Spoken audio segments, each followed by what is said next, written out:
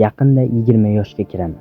Hali esimda, yoshligimda orzu qilar edim. Qaniydi 18-19 yoshga tezroq yetib kelsam derdim. O'sha vaqt sekin o'tayotgandek tuyular edi. Hozir esa juda tez o'tib ketyapti. Endi esa vaqtni ushlab qolgim kelyapti. 20 yoshga kirmoqdaman. Bu savol boshimni aylantirmoqda. Endi nima qilaman?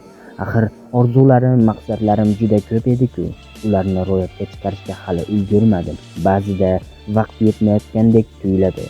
Ba'zida esa o'zim kechikayotgandek. Ammo bir narsani tushunib yetdim. 20 yosh bu yakun emas, bu boshlash, bu imkoniyat, bu harakatga kirishish vaqt. Bolaligimizdagi orzular qanotli edi, erkin va yengil edi. Endi esa ularni yerdan ko'tarish uchun harakat kerak, iroda kerak.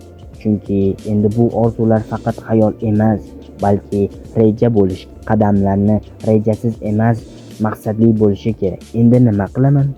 O'zimni anglayman. Nimalarni istayman? Kim bo'lishni xohlayman? Har kuni, har hafta, har oy o'zim uchun, orzularim uchun ishlayman. Harakat qilaman, yutkazaman, lekin sabr qolaman. Charchayman, lekin to'xtamayman. Chunki hayot o'z yo'lingni topishning eng katta g'alabasi shudir. Endi men orzularimni yashirmayman. Ularni amalga oshiraman. O'z yo'limni chizaman. Kimdir bo'lish uchun emas, o'zim bo'lish uchun yashayman. 20 yosh bu vaqt emas, bu imkoniyat.